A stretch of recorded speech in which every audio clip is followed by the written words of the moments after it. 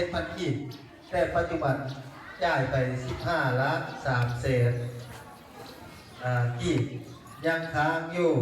21,717,000 กีบปัจจุบันเนาะถือว่าเวียนก็สร้างกับแปลงเงี้ยเนาะยังได้ติดหนี้กับเจ้าอยู่21 ล้านเนาะถือว่าที่อธิบายตื้อไปอีกเนาะให้บรรดาแขกและกับบรรดานักการปกครองให้เข้าใจตัวก็สร้างกับแปลงเงี้ยนี้เนาะถือว่าบ้านสมุกก็แม่นักเรียนกับบ้านทั้ง4 บ้านทั้ง4 บ้านนี่เนาะได้เห็นดีเห็นบทบันทึกลงนามกันมอบให้ทางยาพ่อไม้เป็นผู้คนกวยเป็นผู้ผู้กระดมช่วยเหลือนำพาก่อสร้างกับแพงนั้นเนาะจนมาวันปัจจุบันนี้ให้กับแพงที่เอาคืบหน้าคือว่าก่ออ้อมยังแต่เทคานบทันแล้วน้อยเดียวเลยเนาะยังเท่าด้านหลังประมาณ100 เมตรเทคานปุ๊บตึงแล้วกันแล้วอันนั้นก็แม่นเป็นผลงานของเพื่อนนั่นแหละเนาะเป็นผู้นำพาแต่ว่าสังคมเขาก็มีผลงานอำนาจการปกครองเขาก็ให้ความช่วยเหลือเนาะทุกบ้านนั่นแหละเนาะ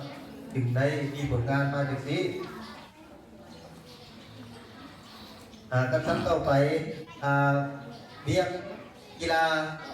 โรงเรียนมต้นพลใหญ่ๆภายหลังนะครับเงินช่วยเหลือจากลูกหลานพ่อเฒ่าเกี้ยวจันทวงศ์จำนวน10 ล้านทางโรงเรียนก็ได้ฝึกซ้อมศิลปะให้น้องนักเรียนและกีฬาได้นำส่งน้องนักเรียนเข้าประกวดศิลปะระดับเมืองผลปรากฏว่าโรงเรียนมต้นพลใหญ่ๆได้รับรางวัลชนะเลิศอันดับ1ของเมืองตะแคงเนาะก็คือบทลำมหาลำผู้ใดปริญญาน้ำหลาแม่เนาะโดยลำโดยนางน้ำผลพิงพรไซห้องม.3ปัจจุบันอยู่บ้านภูเก็ตเนาะแล้วก็ได้นำส่งนักกีฬาเข้าแข่งขันกีฬากระโดดทั้งยิงทั้งทรายระดับเมือง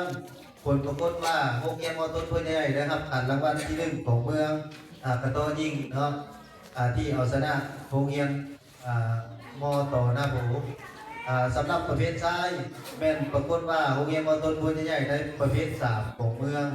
เอาชนะโรงเรียนมต้นพลเลืออันนั้นแม่นเรียนงานกีฬา